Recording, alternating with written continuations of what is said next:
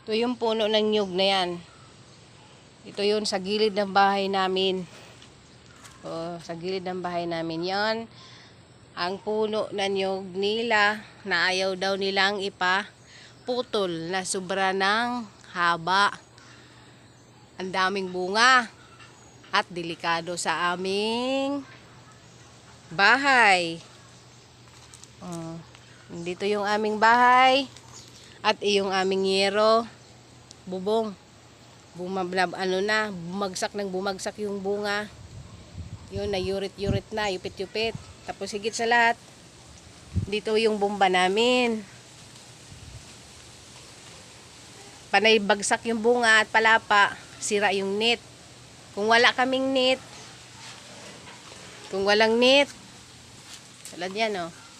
Kung walang net, ay di, patay kami. Dahil bagsak yung bunga. Kaya nga sa kababagsak ng bunga, butas, di sira. Ay tulad nung nagbomba ako rito, nung wala pang net, dito bumagsak yung bunga sa gilid ko. Intayin pa yata naman nila na may buhay pa ritong madisgrasya. Kaya ba nilang bayaran yung buhay dito ng tao? Ito ay bumagsak dito palagi. Tapos ayaw daw ipaputol dahil trespassing daw kami.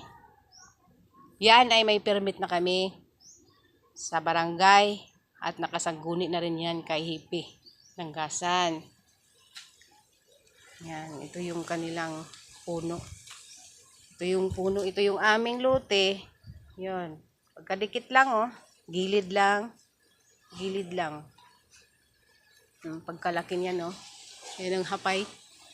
Sobrang haba. Ang daming bunga oh.